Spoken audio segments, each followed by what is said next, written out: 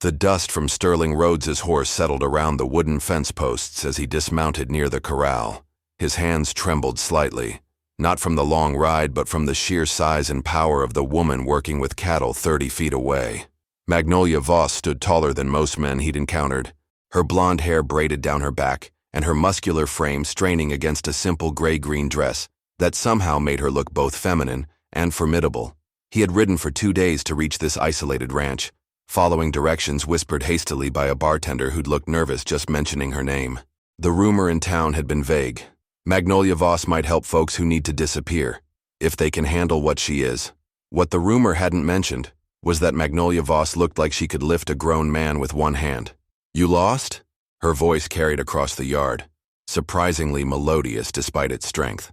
Sterling straightened his shoulders, refusing to show the nervousness that fluttered in his chest like trapped birds. As he watched, she effortlessly guided a massive bull toward the gate, her powerful arms controlling the animal with ease that defied everything he thought he knew about human strength. Looking for Magnolia Voss, heard she might have work for someone willing to earn his keep. Magnolia turned fully toward him, and he saw her face for the first time.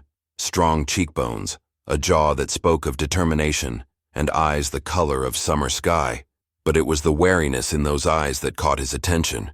This was a woman who expected judgment, who had learned that her extraordinary strength made people uncomfortable. Most folks who come this far out are running from something serious. She moved closer, and he noticed how gracefully she carried herself despite her imposing size. Even the cattle seemed calm around her presence. "Maybe I am." The words slipped out before he could stop them, honest in a way that made his pulse quicken. Something shifted in her expression. She studied his face with an intensity that made him feel exposed, as if she could see through every carefully constructed lie he'd prepared. Her gaze lingered on his soft hands, his fine clothes, the way he sat his horse like a gentleman rather than a working man. "What's your name, stranger?" "Sterling. Sterling Rhodes." "Well, Sterling Rhodes. This isn't the kind of place for a man who looks like he's spent more time in drawing rooms than hayfields, especially one traveling alone with that kind of horse and gear. His mount was quality bred, his saddle expensive leather. Everything about him screamed money and refinement, exactly what he couldn't afford to advertise anymore. "Try me," he said quietly. Magnolia was quiet for a long moment, her blue eyes moving from his face to his horse, then back again. He could see her weighing something, making calculations he couldn't understand. "There's a cabin out back. You can sleep there tonight. Tomorrow, we'll see if you're worth the risk." Risk. The word carried more weight when spoken by a woman who could probably throw him across the yard without breaking stride. The cabin was smaller than his childhood bedroom, with a single cot, a wash basin, and a window that faced the main house. Sterling set his leather saddlebags on the rough wooden floor and peered through the dusty glass. Magnolia had returned to working with the cattle, but he caught her glancing toward his cabin more than once, her powerful silhouette unmistakable against the afternoon sun. He unpacked his few belongings, his fingers lingering on the folded bank documents hidden beneath his spare clothes.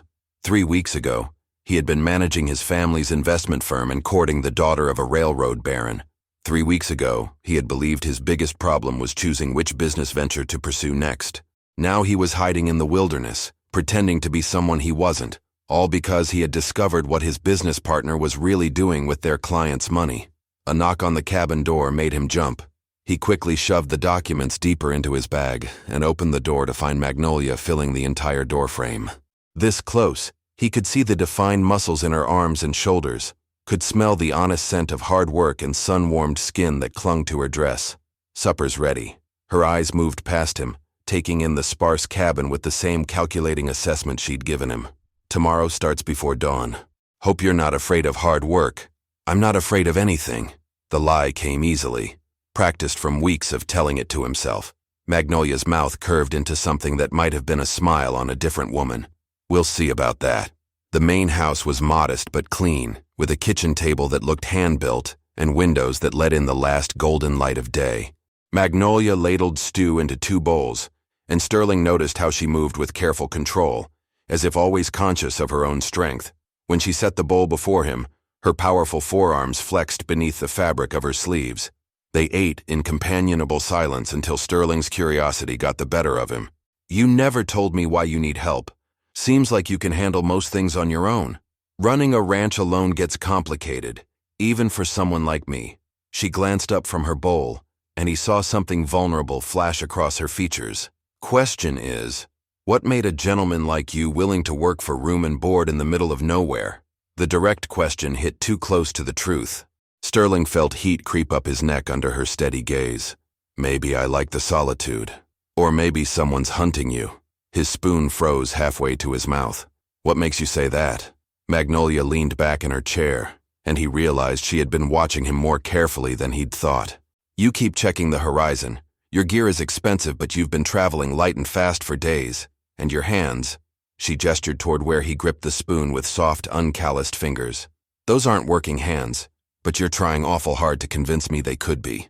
Panic fluttered in his chest, but he forced his voice to stay steady. Everyone has secrets. True enough. Her blue eyes held his with an intensity that made his breath catch. But some secrets get people killed, especially out here, where there's no law for 50 miles in any direction. The words hung between them like a warning, and Sterling wondered if she meant his secrets or her own. Dawn came too early, bringing with it the sound of Magnolia's boots on the porch boards.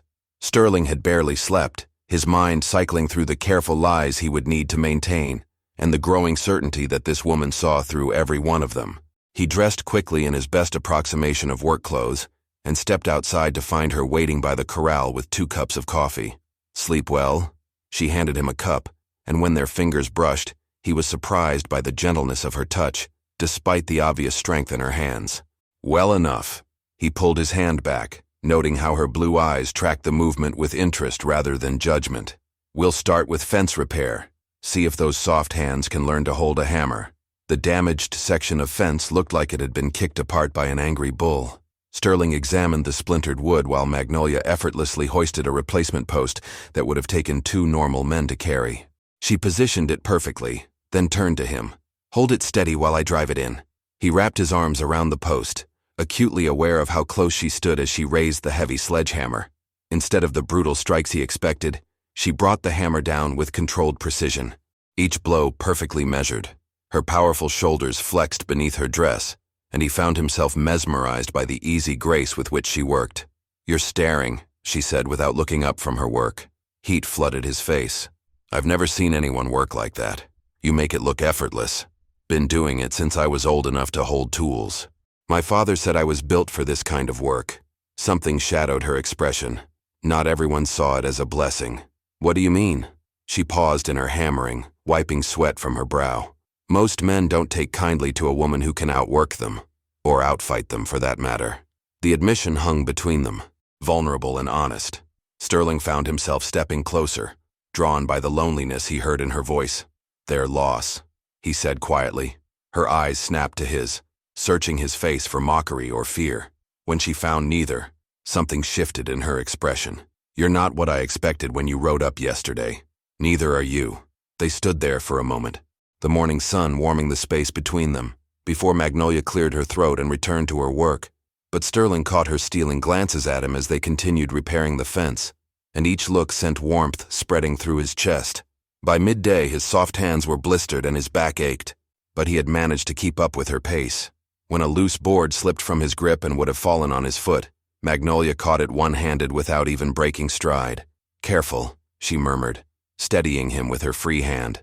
The brief contact of her palm against his arm sent an unexpected jolt through him. Thank you. His voice came out rougher than intended. Their eyes met and held, and Sterling saw something kindle in her blue gaze that made his pulse race. But before either could speak, the sound of approaching horses echoed across the valley. Magnolia's entire posture changed, alert and protective. Get behind me, she said, stepping in front of him like a shield. Magnolia, Now. Sterling didn't move behind Magnolia. Instead, he stepped closer to her, his hand instinctively reaching for the small pistol hidden in his jacket. Who are they? I don't know yet. Her voice had turned hard. All traces of the vulnerable woman from moments before replaced by something formidable. But you're scared. That tells me enough. 3 riders crested the ridge, their horses lathered with sweat from hard riding. Even at a distance, Sterling could see the expensive cut of their clothes, the quality of their gear. These weren't local ranchers or drifters. Sterling Rhodes, the lead rider's voice carried across the valley like a whip crack. We know you're here." His blood turned to ice. After 3 weeks of careful hiding, of changing his appearance and his name, they had tracked him to this isolated ranch. Magnolia's hand closed around his wrist, not painful but protective. "Rhodes. That part was true, at least. I can explain. Later." Her blue eyes moved from his face to the approaching riders. "Right now, I need to know. Are these men going to try to hurt you?" The question cut through his panic. He looked at her face, saw the way her jaw had set with determination, and realized she was preparing to fight for him. This woman who barely knew him, who had already warned him about the dangers of secrets, was ready to stand between him and harm. "They work for my former business partner. They're not supposed to hurt me." But he thought of the documents hidden in his cabin, of the terrible truth he had discovered. "I can't go back with them. I won't." Magnolia nodded once, as if that was all she needed to hear. Then they leave empty-handed. She stepped in front of him, her impressive frame transforming her from the gentle woman who had saved him from a falling board into something that made the approaching riders slow their advance. Sterling had never felt more protected in his life. "This is private property," Magnolia called out, her voice carrying the kind of authority that stopped men in their tracks. "State your business." The lead rider, a thin man with a perfectly groomed mustache, dismounted with theatrical precision. "Miss Voss, I presume? I'm William Garrett, representing the Rhodes family business interests. We're here for Mr. Sterling Rhodes. Don't see anyone by that name here." Garrett's smile was cold and practiced. "Come now, Miss Voss. We tracked him here fair and square. His family is quite concerned about his welfare. Surely you understand family concern." "I understand a lot of things." Magnolia's voice dropped lower, more dangerous. "Including the fact that 3 armed men riding hard onto my property uninvited suggests this isn't about family." Sterling felt his chest tighten. These men wouldn't give up easily, and he had put Magnolia directly in their path. Whatever his former partner was willing to do to bring him back, it had escalated far beyond family concern. "Miss Voss," Garrett continued, "I'm afraid this is non-negotiable. Mr. Rhodes needs to come with us. Today. And I'm afraid you need to get off my land. Today." Garrett's eyes moved over Magnolia's imposing frame, clearly recalculating his approach. "Perhaps you don't understand the gravity of the situation. Mr. Rhodes has taken something that doesn't belong to him. The only thing that doesn't belong here," Magnolia said steadily, "is you. If this story is touching you in any way, don't forget to hit the like button, share it with someone who loves a good Western tale, and subscribe to the Western Redemption channel. Every single day at exactly 10 a.m., a brand new story drops, packed with emotion, justice, and redemption. So turn on the notification bell and don't miss the next chapter, because out here in the West, no one waits around." The standoff stretched like a taut rope ready to snap. Garrett's 2 companions had dismounted as well, their hands resting casually near their weapons. Sterling could see the calculation in their eyes, weighing Magnolia's imposing presence against their numbers. "Miss Voss," Garrett said, his tone shifting to barely concealed threat, "you're interfering with legitimate business. That's a dangerous position for a woman in your circumstances." Something flickered across Magnolia's face at those words, a recognition that made her powerful shoulders tense. "What circumstances would those be?" "Oh, I think you know." Garrett's smile turned predatory. "A woman with your unusual attributes, living alone out here. Some might wonder why you're so eager to hide a man from his business partners." Sterling felt the blood drain from his face. They were trying to twist the situation, to make Magnolia look like she was holding him against his will or worse. He stepped out from behind her, ignoring her sharp look of warning. "I came here of my own free will," he said, his voice steady despite the fear clawing at his throat. "No one is holding me. Mr. Rhodes." Garrett's voice took on a fatherly tone that made Sterling's skin crawl. "Your partner is worried sick. This foolish adventure needs to end. My partner is a thief and a murderer." The words hung in the air like a gunshot. Garrett's pleasant mask slipped for just a moment, revealing something cold underneath. Now, he said. "Business disputes can make people say terrible things, but accusations like that could ruin innocent men." "Innocent?" Sterling's voice grew stronger, fueled by weeks of suppressed rage. "He's been stealing from our clients for years, moving their money through false accounts, forging documents, and when our accountant started asking questions, Mr. Rhodes, you're clearly overwrought. I have the documents. The word stopped Garrett mid-sentence. Bank records, transaction histories, correspondence detailing everything my partner has done, including evidence of what happened to anyone who got too close to the truth. Garrett's face went very still. Documents can be misinterpreted. Business can be complicated. Can business complications explain dead accountants? Missing clerks? Clients who asked too many questions about their investments? The silence that followed was deafening. Sterling could hear his own heartbeat, could feel Magnolia's protective presence radiating like heat from a forge. Sterling. Magnolia's voice was quiet but firm. Get the documents. Magnolia. No, get them. These men aren't leaving without answers, and I'd rather they have the truth than keep guessing. He looked at her face, saw the determination there mixed with something else. Complete, unwavering support. She was willing to risk everything to help him expose the truth, even against armed men who clearly meant business. But as he turned toward the cabin, Garrett's voice stopped him cold. I wouldn't do that if I were you, Mr. Rhodes. Some secrets are worth killing for. And you're protector here. His smile returned, sharp as a blade. Well, let's just say even the strongest woman can't stop a bullet, especially when there are 3 of us and only 1 of her. Magnolia stepped closer to Sterling, her impressive frame seeming to grow even more formidable. You want to test that theory, Garrett? Magnolia went very still, the kind of stillness that preceded violence. Sterling saw her hands slowly curl into fists at her sides, and he realized that her extraordinary strength wasn't just for lifting fence posts and handling cattle. You want to be careful what you say next, Garrett. Oh, I think we understand each other perfectly. Garrett's confidence grew bolder. After all, it's not every day you meet the woman who put 3 men in the hospital over a land dispute. The words hit like a physical blow.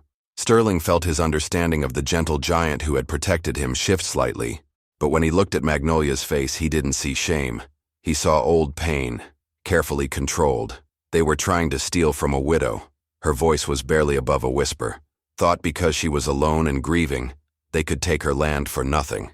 But you intervened, Garrett pressed. And 3 men ended up broken, which is why you're out here, isn't it? Hiding from the consequences of your temper. Sterling watched the exchange with growing understanding, not horror at Magnolia, but recognition of the trap being laid around them both.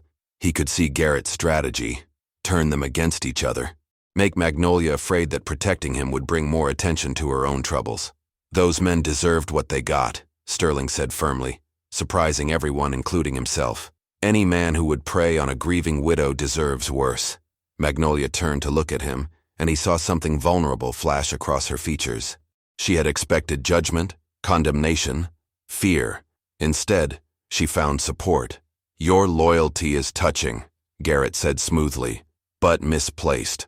Miss Voss has a history of violence.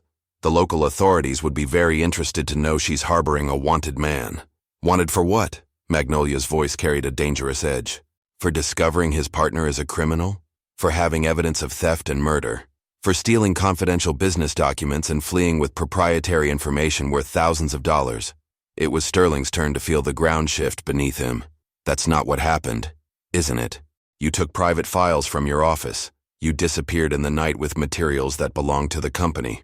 Some might call that theft.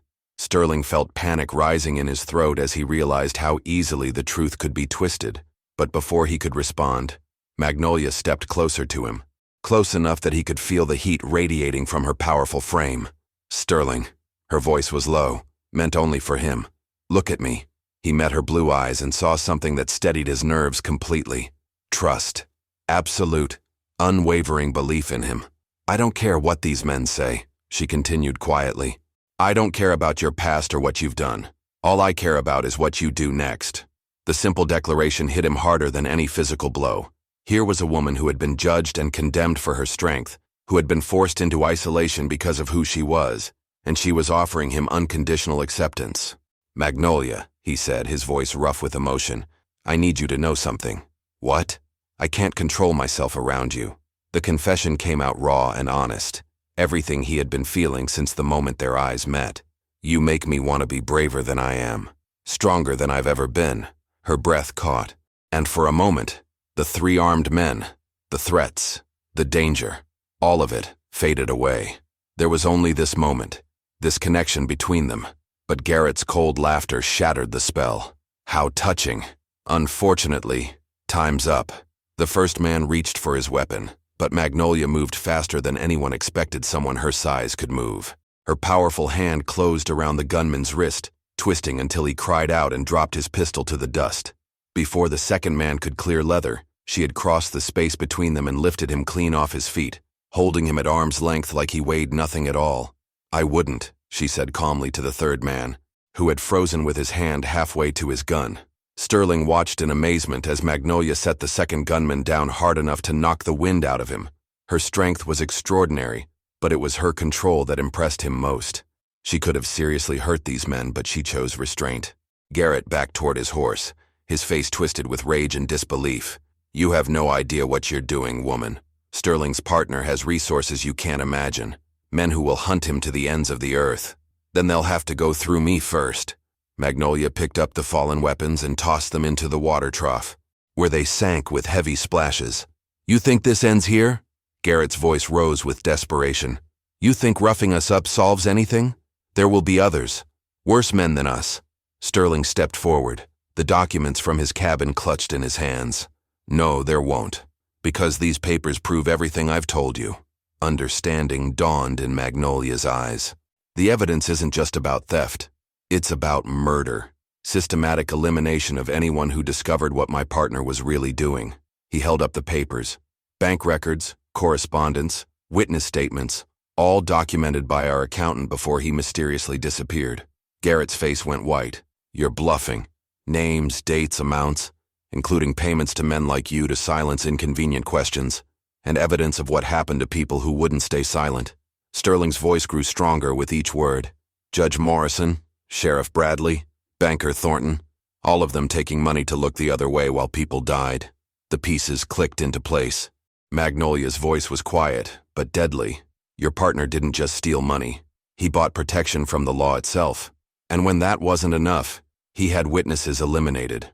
Sterling looked directly at Garrett. "Like he's trying to do to me now." Garrett looked between them, calculating odds that kept getting worse. His two men were groaning in the dust, one holding his wrist, the other his ribs. He was outnumbered, outmatched, and running out of options. "What do you want?" he asked finally. "Safe passage," Sterling said, "for both of us, and a message to my partner that if anything happens to me, copies of these documents go to federal marshals in 3 different territories. He'll never agree to that. He will if he wants to avoid a federal investigation." Magnolia stepped closer to Sterling, her imposing presence adding weight to his words. "Because those documents name every corrupt official, every bribed lawman, every murder committed to protect his operation." For a long moment, the only sound was the wind through the sagebrush and the labored breathing of the fallen men. Garrett's shoulders sagged as the fight went out of him. "I'll deliver the message," he said finally. "But don't think you're safe. Men like my employer don't forgive." Magnolia moved to stand directly behind Sterling, her powerful hands resting protectively on his shoulders. "Neither do women like me." Garrett and his men rode away 30 minutes later, their horses kicking up dust clouds that lingered in the still air. Sterling watched until they disappeared over the ridge, then finally allowed himself to breathe fully. "Is it really over?" he asked. Magnolia secured the corral gate, her movements as controlled and graceful as always. "For now. Your partner's smart enough to know when he's beaten. Federal marshals don't care how much money he has if the evidence is solid." She turned to face him, and Sterling was struck again by how beautiful she looked in the afternoon sunlight, her blonde braid catching the golden rays. "And the documents? Already copied and sent to 3 different territories before I even left the city." He smiled at her surprised expression. "I may look like a soft city gentleman, but I'm not stupid." The admission brought a laugh from her lips, rich and warm. "No, you're definitely not stupid. Brave, maybe foolishly so, but not stupid." They stood there for a moment, the immediate danger past, suddenly aware that they were alone again. The confession he had made during the confrontation hung between them, honest and raw. "Sterling," Magnolia said quietly, "about what you said before. I meant every word." He stepped closer to her, no longer intimidated by her impressive size, but drawn to the strength and gentleness she represented. "You do make me braver, stronger. You make me want to be the man you see when you look at me. And what man is that? Someone worth protecting, someone worth fighting for." He reached up to touch her face. marveling at how she leaned into his gentle touch despite being able to lift him with one hand. Someone who isn't afraid of a woman strong enough to carry him. Instead of answering with words, she bent down and, with careful control, lifted him into her powerful arms. Sterling felt no embarrassment, no wounded pride at being carried like this. Instead, he felt cherished, protected, completely safe in her embrace. "I can't control myself around you either," she whispered against his ear. "You make me feel like I'm not too much, like my strength is something beautiful instead of something to be ashamed of." When she kissed him, it was gentle despite her power, tender despite her size. It tasted like new beginnings, and the promise of a future where being different wasn't a liability, but a gift. 6 months later, the small cabin behind the main house had been expanded into proper living quarters, where Sterling kept the books for the ranch and managed correspondence with the federal marshals who had successfully prosecuted his former partner. He had learned to work with cattle, to repair fences without getting splinters, and to appreciate the simple pleasure of honest work alongside the woman he loved. Magnolia had learned to trust that not everyone would judge her for her extraordinary strength, and to value the perspective of a man who saw her power as protection rather than intimidation. Together, they had turned the isolated ranch into a place where people who didn't fit conventional expectations could find refuge and purpose. The bay mare had foaled in spring, producing a colt with his mother's gentleness and his father's curiosity. Like his owners, he was learning that some of life's greatest gifts came in unexpected packages. When Sterling's soft hands and Magnolia's strong arms worked together, they discovered that love wasn't about being the same. It was about being perfectly complementary. If you enjoyed this story, click the video on your screen now to watch another unforgettable tale where courage and destiny collide in ways you never expected. Don't forget to subscribe and consider a super chat to help us keep bringing you more stories like these. Your support means everything to us.